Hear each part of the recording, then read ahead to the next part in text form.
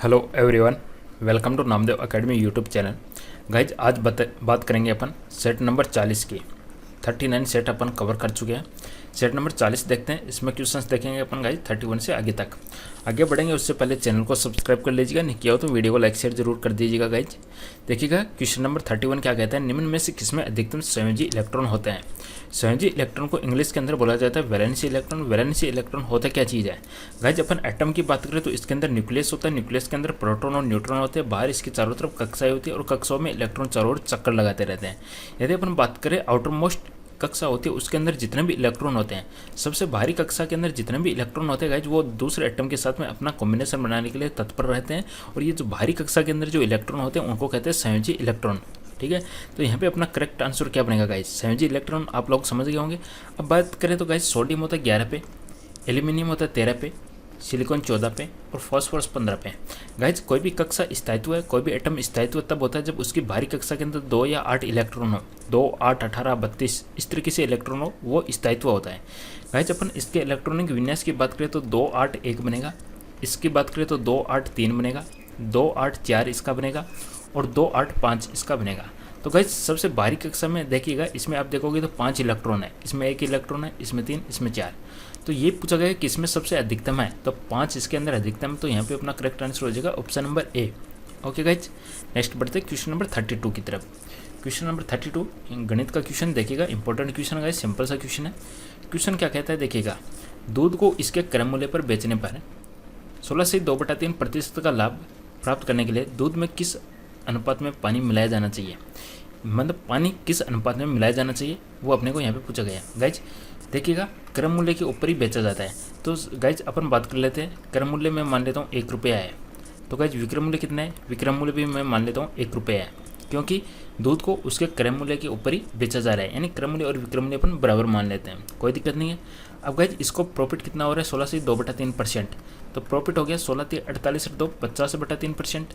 50/3 का मतलब गाइज 50/300, 50/300 का मतलब गाइज 1/6 मैंने यहाँ से कर दिया।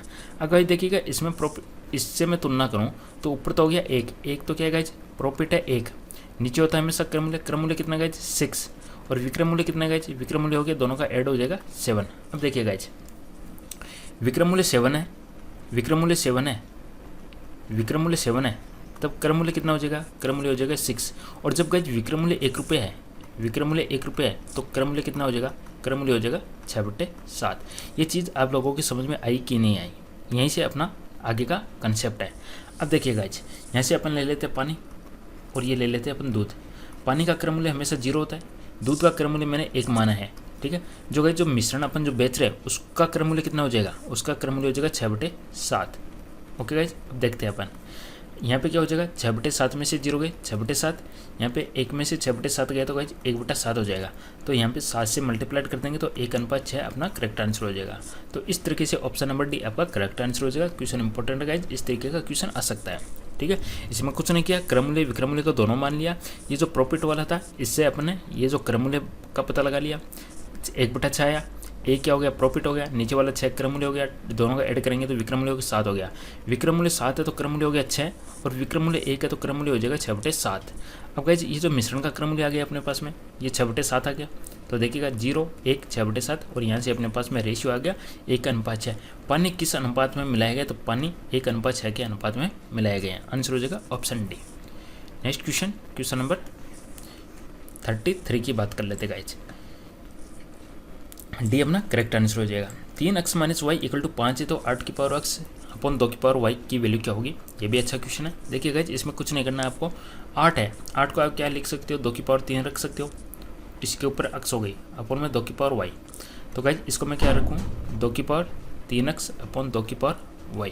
तो गाइज ये कितना हो जाएगा, 2 और माइनस y कर दो मैं, कोई दिक्कत नहीं है, क्योंकि ये देखिएगा ये 2y है तो ये ऊपर जाके क्या हो जाएगा 2 - y। किस तरीके से हो जाएगा, ये तो हो जाएगा आपका 2 और ये हो जाएगा आपका 2 - y, ऊपर जाएगा तो -y हो जाएगा। और ये भी बेस सेम है तो ये हो जाएगा 2 - y। और 3x - y की वैल्यू आपको 5 दे रखी है, तो यहाँ पे हो जाएगा 2 और 2 का आपका आंसर हो जाएगा। कितना होता है 2 का, 2 दूनी 4, 4 दूनी 8, 8 दूनी 16, 16 दूनी 32। 32 आप लोगों का करेक्ट आंसर हो जाएगा option number b. Okay guys, next बढ़ते हैं अगले क्वेश्चन की तरफ। ईसीजी द्वारा उत्पादित विद्युत बलों को महसूस किया जाता है। ईसीजी किसके लिए किया जाता है गाइज? ईसीजी हमेशा हार्ट बीट मेजर करने के लिए अपन करते हैं।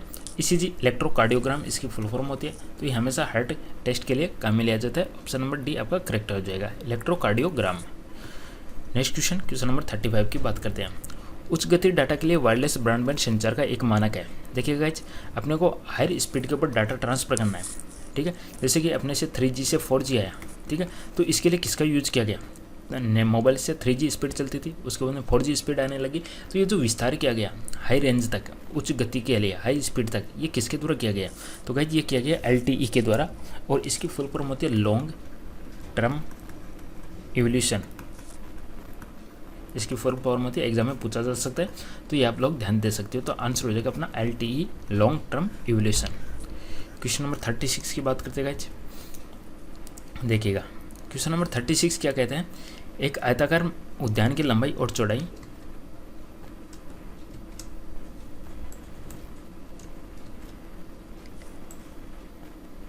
एक आयताकार उद्यान की लंबाई और चौड़ाई के बीच का अनुपात इतना है। देखिए गाइज, लंबाई और चौड़ाई का रेशियो आपको दे रखा है, लंबाई और चौड़ाई का रेशियो 3:2 दे रखा है। एक व्यक्ति उद्यान की सीमा के चारों ओर 12 किलोमीटर प्रति घंटा की चाल से साइकिल चलाते हुए 8 मिनट में एक चक्कर पूरा करता है। गाइज देखिएगा, इसको मैं मीटर प्रति सेकंड में बदलूँ तो 5/18 हो गया मीटर प्रति सेकंड। ये तो हो गई गाइज इसकी चाल, और समय कितना है? समय हो गया इसका 8 मिनट है, इसको सेकंड में बदल दूँ 8 × 60 सेकंड हो गया। तो दूरी बराबर होता है हमेशा गाइज चाल × समय। ये आयताकार मारा गया, इस पॉइंट से स्टार्ट किया और इस पॉइंट तक वापस आने में उसको 8 मिनट लगे। 8 मिनट का मतलब 8 × 60 सेकंड लगे। चाल थी इसकी 12 किलोमीटर प्रति घंटा, इसको बदल दिया 5/18 से मल्टीप्लाइड करके मीटर प्रति सेकंड। तो इसके चारों तरफ की गाइज दूरी कितनी होगी? दूरी हो जाएगी चाल गुना समय। चाल है इसकी 12 × 5/18, ये आंसर किस में? ये मीटर प्रति सेकंड में। समय कितना है इसका? 8 × 60 कर देता हूँ मैं, 8 × 60। इसको सेकंड में बदल दिया मैंने, इसको मीटर प्रति सेकंड में बदल दिया। अब देखिएगा जो कैंसिल होता है उसको काट लेते हैं। 6 का भाग इसके में गया 2 बार, 6 का गया 3 बार, 3 का यहाँ पे गया 20 बार। अब देख लेते हैं 5 दूनी 10, 10 दूनी 20 और 8 दूनी 20, 8 20, 8 दूनी 16, 1600 यहाँ पे आपका करेक्ट आंसर हो जाएगा, ठीक है। देखिएगा 5 दूनी 10 और 10 हो जाएगा, 20 को 10 से गुणा करूँगा 200, 200 × 8 1600 हो जाएगा। अब गाइज इसके चारों तरफ की जो परिधि है, परिधि हो गई यहाँ पे 1600, तो लंबाई प्लस चौड़ाई कितनी हो जाएगी? 800 हो जाएगी, 800 हो जाएगी, क्योंकि ये लंबाई, ये चौड़ाई, तो लंबाई प्लस चौड़ाई होगी आपकी 800। 800 को 3:2 में डिवाइड करना है, तो लंबाई कितनी हो जाएगी? 5 का भाग 2 इसमें, यानी 3 2 5, 5 बराबर 800, एक की वैल्यू हो जाएगी 160। 160 होगी तो लंबाई तो होगी 3 से मल्टीप्लाइड करूँ 480 और चौड़ाई से मल्टीप्लाइड करूँ तो 16 दूनी 32। गाइज इन दोनों को मल्टीप्लाइड करना है, आपको क्षेत्रफल निकालना है। क्षेत्रफल होता है लंबाई गुणा चौड़ाई। यहाँ पे आप लोगों के पास लंबाई आ गई, चौड़ाई आ गई, तो क्षेत्रफल निकालोगे, इन दोनों को मल्टीप्लाइड करोगे 480 मल्टीप्लाइड बाई 320, आप लोगों के पास में आंसर आ जाएगा, ठीक है। सबसे पहले देखिएगा 0 0, लास्ट बार 2 0 आना चाहिए, इसमें नहीं है, इसमें है, और इसमें नहीं है, इसमें है। लास्ट डिजिट देखिएगा 8 × 2 16 आना चाहिए, 16 इसमें नहीं है, इसमें है 16। आंसर हो जाएगा आपका option number A. Okay guys, next question 37। किसी निश्चित कोड भाषा में ABCDEF को इस तरीके से लिखा जाता है, तो इसको किस भाषा में लिखा जाएगा? तो देखिए गाइज, ए का उल्टा हमेशा Z होता है, B का अपोजिट हमेशा Y होता है, C का अक्स होता है, D का W होता है, E का V होता है, F का U होता है। अपने को सबको पता है, आज़ाद, बॉय, क्रैक्स, दूध वाला, इवनिंग, फादर, अंकल, इस तरीके से अपन याद कर लेते हैं। तो ए का अपोजिट Z होता है, ओके गाइज, D का दूध वाला, U का फादर, अंकल, इस तरीके से अपन इसका आंसर निकाल लेंगे, जस्ट अपोजिट है। नेक्स्ट क्वेश्चन की बात करते हैं 38। निम्न में से कौन सा हॉकी खिलाड़ी नहीं है? 4 ऑप्शन दे रखिएगा, अपने को बताना कि हॉकी खिलाड़ी कौन सा नहीं है। यहाँ पे अपना करेक्ट आंसर हो जाएगा ऑप्शन नंबर ए। देखिएगा, मिशन बेंजामिन लकड़ा, ये नहीं है हॉकी खिलाड़ी। ये कौन है गाइज? ये बॉक्सर है, ध्यान में रखिएगा। मिशन बेंजामिन लकड़ा बॉक्सर है, जबकि आपका जो वीरेंद्र लकड़ा है यहाँ पे, ये क्या है? ये हॉकी प्लेयर है, ध्यान में रखना। वीरेंद्र लकड़ा है हॉकी प्लेयर है, जबकि जो बेंजामिन लकड़ा है वो बॉक्सर है। बेंजामिन बॉक्सर और वीरेंद्र है आपका हॉकी प्लेयर। मनोहर टोपनो ये भी है हॉकी प्लेयर, जयपाल सिंह है हॉकी प्लेयर। तो तीनों के तीनों यहाँ पे हॉकी प्लेयर है और ये है boxer. Next question question number 39। भाई छोटी से छोटी संख्या ज्ञात कीजिएगा जिसे 47, 17, 80 में जोड़ने पर पूर्ण वर्ग प्राप्त होता है। देखिए गाइज 40 का स्क्वायर होता है हमेशा 1600, उसके बाद में 42 का कितना हो जाता है 1600, 180 आ रहा है। 42 का स्क्वायर करके देख लेते हैं फटाफट। ये हो जाएगा मेरा 2 दूनी 4, 4 दूनी 8, 8 16 असर 1, 4 चौक 16 1 17, 1764 कम पड़ गया 1780 है। 43 का करके देखते हैं गाइज 3 3 9, 4 3 12 12 24 असल 2, 4 चौक 16 2 18, 18 गुण 49 गाइज 18 गुण 49 पूर्ण स्क्वायर है, कंप्लीट स्क्वायर है। और 1780 आपका बनाने के लिए इसमें से अपन डिफरेंस निकाल लेते हैं। क्या जोड़े 9, 14 में से 8 के 6, 69 इसमें मैं ऐड कर दूं तो मेरी संख्या बन जाएगी 1849। और 1849 पूर्ण वर्ग है किसका 43 का। तो यहाँ पे अपना करेक्ट आंसर हो जाएगा option b. Okay, next question number 40। Video को लाइक शेयर जरूर कर दीजिएगा guys. Next question important question है, अच्छा क्वेश्चन है, सिंपल सा क्वेश्चन है गाइज। घनाभ दे रखा है आपको जिसकी लंबाई चौड़ाई ऊंचाई यानी इसकी जो विमा है साइड्स है वो ये दे रखी है। अब गाइज इस घनाभ से आपको अलग अलग तख्ते बनाने हैं और तख्तों का मेजरमेंट ये दे रखा है आपको। तो कितने तख्तों की संख्या होगी, कितने तख्त बनाएंगे। हमेशा गाइज तख्त बनाने तो नंबर ऑफ तख्त होता है। जो आपको ओरिजिनल के अंदर आपको दे रखा है, जो घनाभ दे रखा है उसका आयतन ले लीजिएगा। तो इसका आयतन ले लेते हैं अपन घनाभ का आयतन। नीचे अपन क्या ले लेंगे, नीचे ले लेंगे अपन एक तख्ते का आयतन, तख्ते का आयतन। तो गाइज घनाभ का आयतन होता है हमेशा लंबाई गुणा चौड़ाई गुणा ऊंचाई। यहाँ पे इसकी साइड भी LBH ही है तो यहाँ पे हो जाएगा अपने पास में LBH। ऊपर वाले का आयतन हो गया लंबाई गुणा चौड़ाई गुणा ऊंचाई और नीचे वाले का आयतन हो जाएगा लंबाई गुणा 0.5 चौड़ाई गुणा 0.4 ऊंचाई।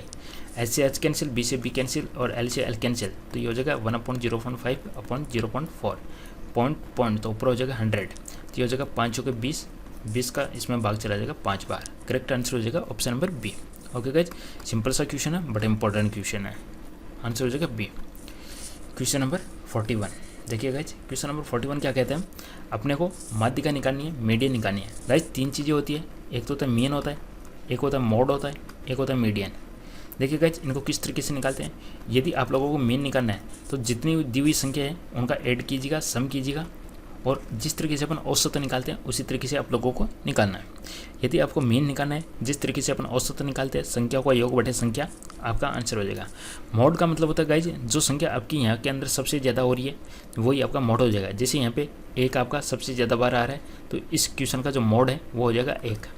मीडियन का मतलब क्या गाइज, मीडियन का मतलब है दी हुई संख्या को आप असेंडिंग ऑर्डर यानी बढ़ते हुए क्रम के अंदर रखिएगा और उसके बाद में उसका मिड पॉइंट देखिएगा क्या आता है।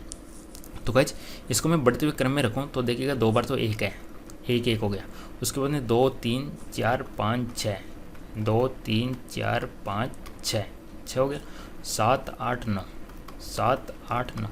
गाइज इसका मिड पॉइंट क्या होगा, देखिएगा इधर से 4 संख्या और इधर से 4 संख्या, तो बीच में आ गई मेरी 4 और 5, तो 4 + 5/2 यानी 9/2 यानी 4.5 मेरा करेक्ट आंसर हो जाएगा।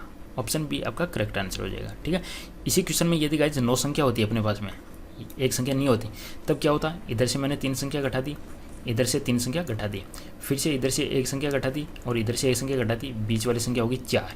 तो यदि 9 संख्या ही होती तब इसका जो मीडियन होता वो आ जाता मेरे पास में 4। ओके गाइज, तो कंसेप्ट देखिएगा, मीन और मीडियन के अंदर डिफरेंस आप जरूर आइडेंटिफाई करना सीखिएगा। नेक्स्ट क्वेश्चन की बात कर लेते हैं, इसमें अपना करेक्ट आंसर क्या आएगा गाइज, देखते हैं। जे के बाद में KL आ गया, जे के बाद में KL के बाद में S, यहाँ पे अपन देखें तो यहाँ पे क्या आंसर आएगा गाइज, एक एक डिजिट देख लेते हैं अपन। देखिएगा अपना J होता है 10 पे, J 10 पे, KL 12 पे हो गया। उसके बाद में गाइज एक छोड़ देते हैं, S होता है 18 पे, ST। ठीक है, XYZ, X हो गया 24 के ऊपर। ठीक है, तो यहाँ पे डिफरेंस कितना होगा गाइज, 6 का डिफरेंस हो गया, यहाँ पे 2 का डिफरेंस हो गया, ये कितने का हो गया, ये कितने होगा। ठीक है, सही चल रहे हैं, इनका डिफरेंस आएगा, इसका डिफरेंस, इसका डिफरेंस, तो 2 3 4 डिफरेंस तो सही नहीं बैठ रहा। क्या आंसर बनेगा इस क्वेश्चन का अपना, क्या लॉजिक लगाए अपन।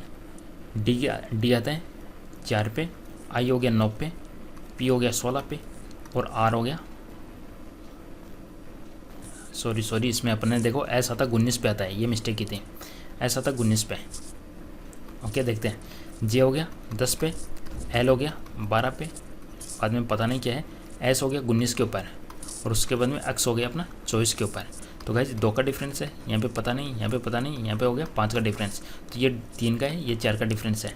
ठीक है, तो 12 और 3 यहाँ पे 15 हो गया, 15 पे ओ आता है, तो इसका जो फर्स्ट होगा लेटर वो होगा ओ, तो ओ अपना ये ए होता है। आंसर हो जाएगा ऑप्शन नंबर बी।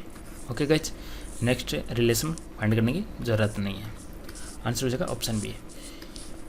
ये क्वेश्चन क्या कहते हैं, यदि वस्तु को 15 सेमी फोकल दूरी वाले अवतल दर्पण के सामने 25 सेमी की दूरी पर रखा गया है तो प्रतिबिंब की दूरी ज्ञात कीजिएगा। सबसे पहले आप लोगों को पता होना चाहिए यहाँ पे अवतल दर्पण है, और दर्पण का फॉर्मूला होता है 1/u प्लस 1/v बराबर 1/f होता है। ठीक है, देखिएगा इसकी जो फोकल दूरी है गाइज वो है 15 सेंटीमीटर, यानी एफ की वैल्यू आपको दे रखी है 15। ओके, 25 सेमी की दूरी पर रखा गया है, किसको रखा गया, वस्तु को, वस्तु को 25 सेमी दूरी पर रखा गया है, तो वस्तु की होगी 25 सेंटीमीटर। प्रतिबिंब की दूरी v की वैल्यू आप लोगों को बतानी है, तो गाइज 1/u, u की जगह 25 रख देते हैं, प्लस 1/v बराबर 1/15, तो यहाँ से 1/v हो जाएगा गाइज 1/15 माइनस 1/25, एलसीएम आ जाएगा 15 और 25 का 75, 5 माइनस 3, यानी गाइज 2/75 आ जाएगा, 2/75, तो इसमें क्या हो जाएगा 1/v बराबर हो जाएगा 75/2, आंसर हो जाएगा 37.5। Next question, question number 44। Question number 44 क्या कहता है गाइज, देखिएगा इसमें आपको एक संख्या और दे रखी है, यहाँ पे एक सेकंड देख लेते हैं क्या दे रखी है। ये दे रखा है a-0.5, लास्ट डिजिट है गाइज a-0.5 आई है, a-0.5। देखिएगा इसमें आप लोगों को बताना है गाइज मीडियन बताना है, तो इसको आप किस तरीके से करोगे, मीडियन बताना है तो गाइज इसमें भी आपको वही करना है। सबसे पहले दी हुई संख्या को आपको बढ़ते हुए क्रम रखना है, और बढ़ते हुए क्रम में रखने के बाद में आपको जो बीच वाली संख्या वो देखना है कि क्या आता है। तो गाइज सबसे पहले देखिएगा, सबसे पहले अगर मैं बात करूँ माइनस में अगर बात करूँ तो गाइज देखिएगा, प्लस में बात करूँ तो गाइज 0.5, मैं एक को हटा देता हूँ, एक बार मैंने रख दिया 0.5 रख दिया, 0.5 के बाद में इधर 0.4 रख देता हूँ, ये प्लस में आ रहा है गाइज, और इधर +5 रख देता हूँ, ये तो हो गया प्लस के अंदर सभी के सभी। माइनस की बात करूँ तो गाइज ये 0.5 माइनस का आ गया, ये प्लस था मेरा, और ये हो गया माइनस का 0.5, ये संख्या भी आ गई, और इसके बाद में ये -2 हो गया, -2 के बाद में गाइज ये माइनस का 2.5 हो गया, और ये माइनस का 3 हो गया, और ये माइनस का 3.5 हो गया। ओके गाइज, बीच वाली संख्या मेरे को देखनी है, तो देखिएगा इधर से 2 संख्या ले ली, 2 संख्या। ओके गाइज, ये और ये, यानी बीच में ये 2 मेरे पास बचेगा, तो -2 और -0.5 हो गया, माइनस का 2.5 हो जाएगा, और माइनस का 2.5 का आधा कितना हो जाएगा गाइज 2.8, ये हो जाएगा माइनस का 1.25, तो मेरा जो मीडियन आएगा वो हो जाएगा a-1.25, तो ऑप्शन सी आपका करेक्ट आंसर हो जाएगा। ओके, तो बढ़ते हुए क्रम में रख के जो बीच वाली संख्या है वही आपका आंसर हो जाएगा। किसी वस्तु का भार क्या होता है आपको बताना है, तो देखिएगा ऑप्शन आप लोगों को दे रखे हैं, वस्तु का जड़त्व होता है, वस्तु का आयतन होता है, वस्तु द्वारा अधिकृत क्षेत्रफल होता है, यह वह बल है जिससे पृथ्वी इसे अपनी ओर आकर्षित करती है। तो गाइज वह बल है जिससे पृथ्वी अपनी ओर आकर्षित करती है, क्योंकि W बराबर होता है m/g, और g की वजह से ये पृथ्वी की तरफ अपनी ओर आकर्षित होती है। तो वस्तु का भार क्या है, वेट mg, g क्या है, गुरुत्वीय त्वरण, पृथ्वी की तरफ आकर्षित होती है। ऑप्शन डी आपका करेक्ट आंसर हो जाएगा। और गाइज g की वैल्यू होती है 9.8 मीटर प्रति second square. Next question, question number 46, निम्न में से कौन सा आमाशय को प्रभावित करता है। देखिएगा कोलिक, दमा, माइग्रेन, स्पॉन्डिलाइटिस। देखिएगा दमा फेफड़ों से, माइग्रेन मस्तिष्क से, स्पॉन्डिलाइटिस हमेशा हड्डियों से, बोन से संबंधित है। और जो कोलिक है गाइज, इसको ये जो छोटे बच्चों के अंदर होता है इसको उदर सूल भी इंग्लिश के अंदर बोला जाता है। इसके अंदर क्या होता है गाइज, जो छोटे बच्चे होते हैं 1 से लेकर 2-3 महीने तक के बच्चे होते हैं, उनके अंदर पेट के अंदर दर्द होता है, और वो दर्द किसी की वजह से हो सकता है कि कई प्रॉब्लम्स की वजह से हो सकता है। तो यहाँ पे अपना करेक्ट आंसर हो जाएगा कोलिक, आमाशय को प्रभावित करता है, ऑप्शन नंबर ए। और ये किसके अंदर होता है गाइज, छोटे बच्चों के अंदर होता है, और इसी की वजह से बच्चे रोते हैं। नेक्स्ट क्वेश्चन, यदि किसी ध्वनि तरंग की फ्रीक्वेंसी 50 हर्ट्ज है तो इसका आवर्तकाल ज्ञात कीजिएगा। तो गाइज हमेशा आवर्तकाल और फ्रीक्वेंसी एक दूसरे के अपोजिट होती हैं। तो यहाँ पे t बराबर 1.50, तो ये हो जाएगा मेरे पास में 0.02, 50 का 1 में भाग चला जाएगा। देखिए गाइज 1/5 का मतलब क्या हो गया 0.2/10, यानी 0.02 आपका करेक्ट आंसर हो जाएगा, option number A. Okay guys, next question number 48 की बात करते हैं। एक माँ और पुत्री की आयु का अनुपात इतना है, पुत्र के जन्म के समय माँ की आयु 28 वर्ष थी, पुत्र की आयु कितनी होगी। क्वेश्चन इंपॉर्टेंट है और सिंपल सा क्वेश्चन है गाइज, देखिएगा। माँ है वो 9 अक्ष है और पुत्री गाइज 2 अक्ष है। माँ 9 अक्ष, पुत्री 2 अक्ष। अब देखिए गाइज दोनों का डिफरेंस कितना है, दोनों का डिफरेंस है 7 अक्ष। अब गाइज पुत्र के जन्म के समय माँ की आयु 28 वर्ष थी। गाइज जब डॉटर है 0 वर्ष है, यानी पुत्र का जन्म होता है यानी वो 0 वर्ष की है, तब उसकी मदर की आयु है 28 वर्ष। यानी उन दोनों का जो डिफरेंस है वो कितना है गाइज, 28 वर्ष है। डिफरेंस हमेशा बराबर ही रहने वाला है, ठीक है। 5 साल बढ़ेगी एक ही उम्र तो दूसरे की भी 5 साल बढ़ेगी, एक ही उम्र 10 साल बढ़ेगी तो दूसरे की भी 10 साल बढ़ेगी। तो डिफरेंस हमेशा बराबर ही रहने वाला है। तो गाइज 9 अक्ष माइनस 2 अक्ष बराबर 7 अक्ष बराबर 28, 28 माइनस 0 यानी 28। तो अक्ष की वैल्यू होगी गाइज 4। इसका मतलब गाइज यहाँ पे 4 से मल्टीप्लाइड करें अपन तो 4 दूनी 8 और इसको 4 से करें तो 9 चौक 36। पुत्री की आयु पूछेगी गाइज, पुत्री की आयु होगी 8 वर्ष। ऑप्शन नंबर सी आपका करेक्ट आंसर हो जाएगा। क्वेश्चन इंपॉर्टेंट है गाइज, सिंपल सा क्वेश्चन है। देखिए गाइज ये क्वेश्चन क्या कहते हैं, पूर्व की ओर मुंह करके खड़ा है। तो गाइज देखिएगा पूर्व की ओर मुंह करके खड़ा है। गाइज सिंपल सी बात है, इस क्वेश्चन को अपने इसी तरीके से लेते हैं। अपना जो नॉर्मल डायरेक्शन है ऊपर वाली को उत्तर लेते हैं, दक्षिण लेते हैं, पूर्व और पश्चिम की बात करते हैं, ठीक है। यही अपनी नॉर्मल डायरेक्शन है। एक बार वह अपनी घड़ी में समय देखता है और वह 3 बजे का समय इंगित करती है। तो गाइज 3 बजानी घड़ी के अंदर, तो इसका मतलब गाइज ये तो हो गया आवर और ये हो गया इसका मिनट, मिनट एंड और आवर एंड। अब देखिए गाइज 3 बजे का समय दिखाती है, पूर्व की ओर मुंह करके खड़ा है और वह अपनी घड़ी में समय देखता है और ये 3 बजे का समय दिखाती है। घंटे और मिनट की सुइयां क्रमशः किस दिशा की ओर इंगित करती है। अब क्वेश्चन गाइज इसको एक बार समझिएगा, देखिएगा। अब ये उत्तर है, इस उत्तर को तो मैं पूर्व कर देता हूँ, इस उत्तर डायरेक्शन को तो मैं पूर्व कर देता हूँ। पूर्व क्यों करता हूँ, क्योंकि पूर्व की ओर मुंह करके खड़ा है और मैं इधर उत्तर की ओर मुंह करके खड़ा हूँ। यानी पूर्व कब होएगा, पूर्व ये होएगा, यानी ये जो मिनट हैंड है वो तो इस पे आ गई और ये जो आवर हैंड है इसको मैंने 90 डिग्री इधर घुमाया, इसको मैं 90 डिग्री इधर घुमाता हूँ। तो गाइज आवर वाला इधर हो जाएगा। अब देखिएगा इधर पूर्व की तरफ मुँह करके खड़ा है, तो यानी जिधर मुँह करके खड़ा है उधर ही उसका मिनट हैंड होता है, जिधर मुँह करके खड़ा है उधर ही मिनट हैंड होता है, यदि फिक्स टाइमिंग होता है तो गाइज अब देखिएगा आपको बताना है कि घंटे और मिनट की सुइयाँ किस दिशा को इंगित करती हैं। तो घंटे की सुई गाइज दक्षिण को बता रही है और मिनट की सुई आपको बता रही है यहाँ पे पूर्व को। तो दक्षिण और पूर्व, घंटे और मिनट की सुइयाँ क्रमशः किस दिशा को इंगित करती है। तो घंटे की तो बता रही है गाइज दक्षिण और मिनट की बता रही है पूर्व।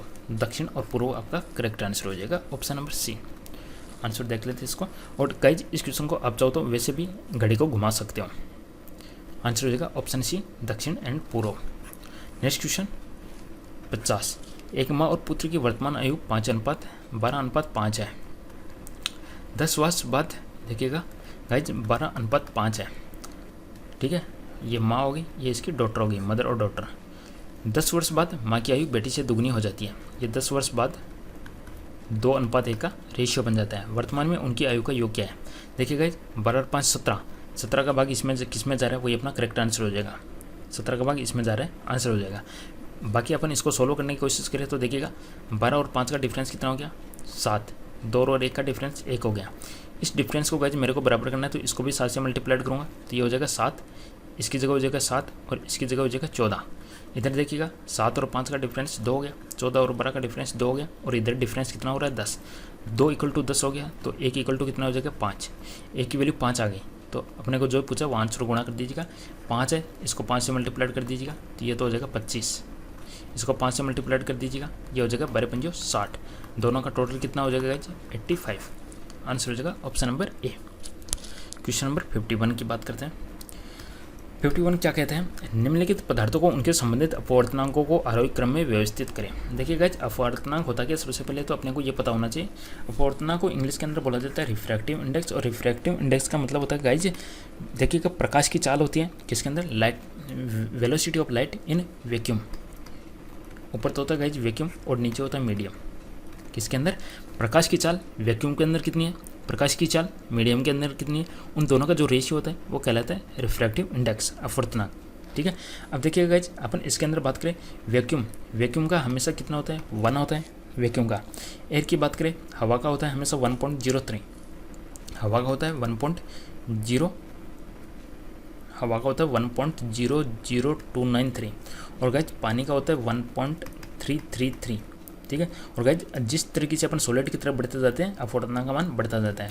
ग्लास की बात करें तो ग्लास से होता है इसका अलग होता है, 1.5 से ज़्यादा होता है। विंडो ग्लास होता है उसका 1.52 होता है, और जो फ्लिंट कार्ट ऑप्टिकल ग्लास होते हैं उनका होता है 1.69। तो गाइज सबसे पहले वायु का होता है, उसके बाद में पानी का, उसके बाद में कांच का। ये हो गया बढ़ता हुआ क्रम, ठीक है। आंसर हो जाएगा ये। क्वेश्चन नंबर 52 की बात करते हैं।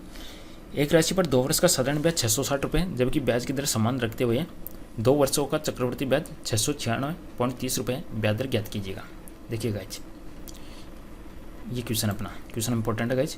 ये क्वेश्चन क्या कह रहे हैं, on a sum of money the simple interest for 2 साल। देखिए गाइज 2 साल का साधारण ब्याज है 660 रुपये, 2 साल का साधारण ब्याज है 660। क्वेश्चन इंपॉर्टेंट है गाइज, समझना इसको, सिंपल नहीं है उतना जितना आप समझ रहे हो। 1 साल का साधारण ब्याज कितना हो जाएगा, 1 साल का साधारण ब्याज हो गया 330 रुपये। गाइज देखिएगा यदि 2 साल है, ये मेरा पी हो गया, 2 साल के मैं 2 लाइनें खींचता हूँ, ये ए हो गया और ये ए हो गया। ए क्या है गाइज, पहले साल के लिए ब्याज हो गया और ये हो गया दूसरे साल का ब्याज। इसके ब्याज के ऊपर ब्याज लगता है तो बी राशि आ गई। अब देखिए गाइज अगर 1 साल के लिए अपन, अब ये राशि इस पर लग रही है तो इसको सिंपल अपन 1 साल का साधारण ब्याज भी मान सकते हैं। तो गाइज 1 साल का साधारण ब्याज कितना है, 330 रुपये है, ठीक है। ये राशि 330 और ये राशि 330। अब इस 330 के ऊपर दोनों का डिफरेंस देख लीजिएगा, 2 कंपाउंड, ये है चक्रवृद्धि ब्याज और ये साधारण ब्याज, तो CI माइनस SI का डिफरेंस कितना है गाइज, दोनों में से मैं घटाऊँ तो दोनों का डिफरेंस हो जाएगा 36.30। अब देखिए गाइज 36.30 है। अब देखिए गाइज यहाँ पे मेरे पास में मूलधन हो गया 330 रुपये और इसके ऊपर ब्याज लग के ये राशि आ गई 36.30 रुपये। समझिएगा क्वेश्चन को, पहली लाइन के अंदर हमेशा जो भी राशि होती है वो हमेशा साधारण ब्याज दी जाती है, और साधारण ब्याज होता है 660, तो 330 और 330 हो गया। 2 साल का 660 था, 1 साल का 330 हो गया, तो 330 हो गया। अब गाइज इसके ऊपर जो ब्याज लगेगा वो इस पर जुड़ जाएगा दूसरे साल के अंदर, क्योंकि साल के ऊपर ब्याज के ऊपर ब्याज लगता है साल के साथ में, ठीक है। अब देखिए गाइज यहाँ पे 330 है, इसका ब्याज बन रहा है 36.30, ये 1 साल के लिए बन रहा है, इसको आप समझिए ये साधारण ब्याज है। तो गाइज यहाँ पे मूलधन है आपका 330 रुपये, समय आपके पास में 1 वर्ष, रेट आप लोगों को निकालनी है, और गाइज ब्याज हो रहा है यहाँ पे 36.30, ऐसा होगा 36.30। तो गाइज ऐसा ही बराबर होता है PRT/100। तो यहाँ से आप निकाल लीजिएगा, आर की वैल्यू आपके आंसर हो जाएगा। तो 36.30 बराबर पी की जगह हो गया आपका 330 इंटू आर इंटू T/100, 0 से 0 कैंसिल हो जाएगा, ठीक है। और 33 का भाग इसमें यहाँ पे मैं 100 कर देता हूँ, 0 कैंसिल हो गया, 33 का भाग इसमें 11 बार गया, तो 11/100 यानी 11% आपका करेक्ट आंसर हो जाएगा। एक बार इसको दोबारा से समझने की कोशिश कीजिएगा गाइज। 2 साल का साधारण ब्याज है 660, 2 साल का चक्रवृद्धि ब्याज है 696 ये, तो गाइज दोनों का अंतर कितना हो जाएगा, दोनों का अंतर हो गया 36.30। अब देखिए गाइज 2 साल का साधारण ब्याज है 660, तो 1 साल का कितना हो जाएगा साधारण ब्याज 330। तो गाइज देखिएगा ये P है, ये A है और A है, ये B है। तो गाइज यहाँ पे मैं 330 रख देता हूँ, यहाँ पे 330 रख देता हूँ, दोनों को जोड़ूंगा तो ये साधारण ब्याज हो गया 660। अब गाइज इसके ऊपर कितने % से मैं रेट लगाऊं ताकि इसका जो ब्याज है वो बन के आ जाए मेरे पास में 36.30, ठीक है। इसके ऊपर कितना रेट लगाऊं कि आंसर मेरा 36.30 बन जाए, तो यहाँ पे मेरा करेक्ट आंसर होगा, मैं निकालूंगा तो 11% मेरा करेक्ट आंसर आएगा, ठीक है। नेक्स्ट बढ़ते हैं अगले क्वेश्चन की तरफ। क्वेश्चन नंबर 53, सिस्टेमा नेचुरा किसके द्वारा लिखी गई। तो गाइज सिस्टेमा नेचुरा लिखी गई है कैरोलस लिनेस के द्वारा, कार्ल्स लिनेस के द्वारा। ऑप्शन नंबर ए आपका करेक्ट आंसर हो जाएगा। और कार्ल्स लिनेस है, इसको फादर ऑफ मॉडर्न टैक्सोनॉमी या वर्गीकरण का पिता अपन कह सकते हैं, कहते हैं इसको फादर ऑफ मॉडर्न टैक्सोनॉमी, और इसकी बुक का नाम है Systema Naturae. Okay guys, father of modern, ये फादर ऑफ टैक्सोनॉमी इंडिया के अंदर बात करें तो इंडिया के अंदर किसको टैक्सोनॉमी का पिता क्या कहा जाता है, तो इंडिया के अंदर कहा जाता है हेनरी सेंटोपैन। क्वेश्चन नंबर 54, देखिए आकृति में कितनी सीधी रेखाएं हैं, तो देखिएगा यहाँ से देखते हैं अपन 1 2 3 तो ये हो गई। उसके बाद में देखिएगा खड़ी लाइनें देख लेते अपन 4 5 6 7 और 8 तो ये ऐसे हो गई। अब देखते हैं 8 के बाद में गए 9 10 और 11 हो गई। उसके बाद में ये देखिएगा 12, उसके बाद में 13 और उसके बाद में ये 14। तो टोटल इसके अंदर कितनी लाइनें होगी, सीधी लाइनें 14 अपना करेक्ट आंसर हो जाएगा। ओके गाइज, नेक्स्ट देखते हैं अगले क्वेश्चन की तरफ। 14 करेक्ट आंसर हो जाएगा ऑप्शन सी। नेक्स्ट क्वेश्चन है,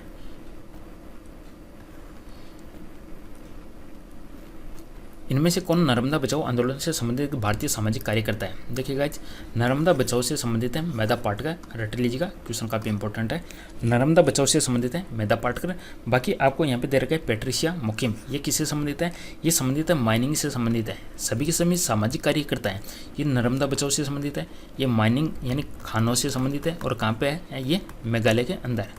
और साथ साथ में एक वहाँ पे मेघालय के अंदर जाति भी है, अलग खास जाति के लोग रहते हैं, खासी लोग, उनसे संबंधित भी ये जुड़ी हुई है। पेट्रिशियम मुकिम माइनिंग से संबंधित है। अगर बात करें सिल्वरिन स्वीर की, ये इनको क्या कहा जाता है, इनको कहा जाता है कोंग सील। सील क्या होता है, सील बोलते हैं बड़ी सिस्टर को, और बड़ी सिस्टर को किसके अंदर बोला जाता है, ये जो खासी समुदाय है उसके अंदर बोला जाता है। ठीक है, ये भी सामाजिक कार्य करते हैं।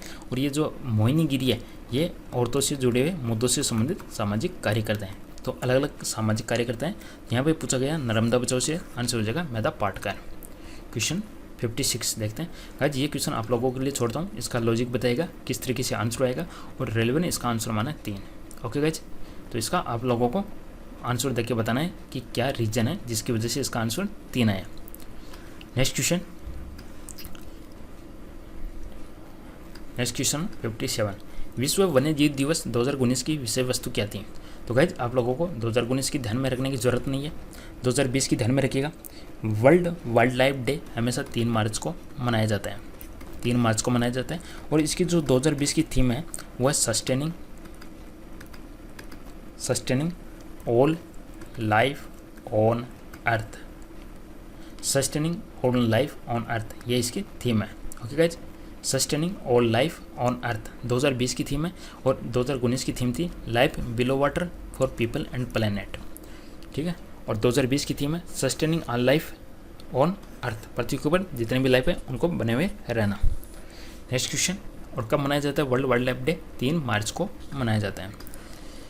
निम्न में से कौन सा नीले लिटमस को लाल में बदल देता है। देखिएगा, नीले को लाल में कौन बदलेगा, ऑब्वियसली एसिड बदलेगा, अम्ल बदलेगा। देखिए ऑप्शन में से अम्ल कौन सा है, बेकिंग सोडा विलियन होता है, ये बेस होता है, चूने का पानी बेस होता है, दाउन सोडा विलियन बेस होता है। और सिरका की बात करें तो इसके अंदर एसिटिक एसिड होता है, एसिटिक एसिड बोले तो CH3COOH होता है। तो यहाँ पे अपना करेक्ट आंसर हो जाएगा option number A. Question number 59 देखते हैं। सहसंयोजक यौगिक का मतलब क्या है। तो सहसंयोजक यौगिक का मतलब है इनमें से सभी जुड़ने वाले परमाणुओं में इलेक्ट्रॉनों की साझेदारी द्वारा बनते हैं। इनके जो एटम बनते हैं वो इलेक्ट्रॉनों की साझेदारी से बनते हैं। इनका गणनांक और क्वथनांक हमेशा निम्न होता है, विद्युत के ये कुचालक होते हैं। आंसर हो जाएगा गाइज सभी के सभी। ओके, नेक्स्ट क्वेश्चन देखिएगा, अच्छा क्वेश्चन है। 300 मीटर की दौड़ में पी क्यू को 22.5 मीटर या 6 सेकंड से हरा देता है। क्यू द्वारा दौड़ पूरा करने में दिया गया समय क्या है। गाइज देखिएगा, क्यू है वो या तो 22.5 मीटर से हार जाता है या 6 सेकंड से हार जाता है। क्यू या तो 22.5 मीटर से हारता है या 6 सेकंड से हारता है। ठीक है, यानी क्यू की चाल कितनी हो जाएगी गाइज, क्यू की चाल होगी 22.5 मीटर अपन 6, यानी क्यू है वो 22.5 मीटर की दूरी तय करता है 6 सेकंड के अंदर, क्यू की बात हो रही है। ठीक है, क्यों 22.5 मीटर दूरी 6 सेकंड में तय करता है, तो 300 मीटर की दूरी तय करेगा 6/22.5 मल्टीप्लाइड बाई 300। पॉइंट की जगह मैं 0 लगा देता हूँ। 25 का भाग्य 9 बार, और 25 का इसमें चला जाएगा, इस 100 को मैं अलग कर लेता हूँ। 25 का भाग्य इसमें 4 बार, और गाइस 3 का इसमें गया 10 बार, और 3 का यहाँ गया 3 बार, 3 का यहाँ पे गया 2 बार, तो 4 दूनी 8, 80 सेकंड आपका करेक्ट आंसर हो जाएगा option c. Okay guys, question 61, दिए गए विकल्पों में से असंगत को चुनना है। तो सिंपल सा क्वेश्चन है, 2 दूनी 4 + 1 5, 4 चौक 16 + 1 17, 1 का स्क्वायर + 1, 3 का स्क्वायर 9, 9 + 1 10 आना चाहिए, 12 आ रहा है। ठीक है, इसमें क्या रिलेशन लगाएंगे, स्क्वायर +1 सभी जगह। 2 का स्क्वायर 4 + 1 5, तो ये अपना गलत हो जाएगा। नेक्स्ट क्वेश्चन 62, कौन सा पदार्थ तनु अम्ल से उपचारित करने पर कार्बन डाइऑक्साइड उत्पन्न नहीं करेगा। बेकिंग सोडा, संगमरमर, चूना पत्थर या चूना। कौन सा है तनु अम्ल से उपचारित करने पर कार्बन डाइऑक्साइड उत्पन्न नहीं करेगा। देखिएगा, बेकिंग पाउडर की बात करें तो क्या होता है NaHCO3। संगमरमर की बात करें मार्बल होता है या संगमरमर होता है, इसको बोलते हैं अपन CaCO3। चूना पत्थर होता है, चूना पत्थर को इंग्लिश के अंदर क्या बोलते हैं गाइस, लाइमस्टोन। देखिएगा इन दोनों का सेम होता है, चाहे संगमरमर बोल दीजिएगा चाहे चूना पत्थर बोल दीजिएगा, इनका फॉर्मूला होता है गाइस CaCO3। चूने की बात करें, लाइम की बात करें, इसका होता है CaO। बेकिंग सोडा अपन जाते हैं Na2NaHCO3। अब देखिएगा गाइस, अपन बात करें कौन है जो कार्बन डाइऑक्साइड उत्पन्न नहीं करेगा, तो इसमें आपका जो CaO है, चूना है, देखिएगा CaO की रिएक्शन क्रोम में तनु अम्ल के साथ में ट्वाइस HCl के साथ में, तो ये क्या देगा, ये देगा CaCl2 देगा प्लस H2O देगा। तो यहाँ पे अपना करेक्ट आंसर हो जाएगा ऑप्शन नंबर C। लाइम है, लाइम का मतलब CaO है, ये 2HCl के साथ में रिएक्शन करने के बाद में CO2 नहीं देगा, ये क्या देगा CaCl2 प्लस H2O देगा। ऑप्शन C आपका आंसर हो जाएगा। नेक्स्ट क्वेश्चन, बोगी शब्द किस खेल से संबंधित है, तो गाइज बोगी शब्द है गोल्फ से संबंधित है, ऑप्शन डी आपका आंसर हो जाएगा। क्वेश्चन 64, इसमें रिलेशन बताना है। देखिए गाइज, इसमें 2 का भाग दिया है, इसमें 3 का भाग दिया है, फिर से 2 का भाग दिया है, फिर से 3 का भाग दिया है, तो फिर से 2 का भाग देंगे, 15 में 2 का भाग देंगे तो 7.5 आपका आंसर आ जाएगा। नेक्स्ट क्वेश्चन देखिए गाइज, शब्द वाक्य वर्णमाला अनुच्छेद, शब्द वाक्य वर्णमाला अनुच्छेद। देखिए गाइज, सबसे पहले क्या होता है, अल्फ़ाबेट होता है, अल्फ़ाबेट से वर्ड बनते हैं और वर्ड से सेंटेंस बनता है और सेंटेंस से पैराग्राफ बनता है, तो आंसर हो जाएगा यहाँ पे ऑप्शन बी। तो गाइज ये थे अपने 40 सेट, आगे के सेट अपन आगे देखें। वीडियो को लाइक ज़रूर कर दीजिएगा, चैनल को सब्सक्राइब कर दीजिएगा। Thank you for watching.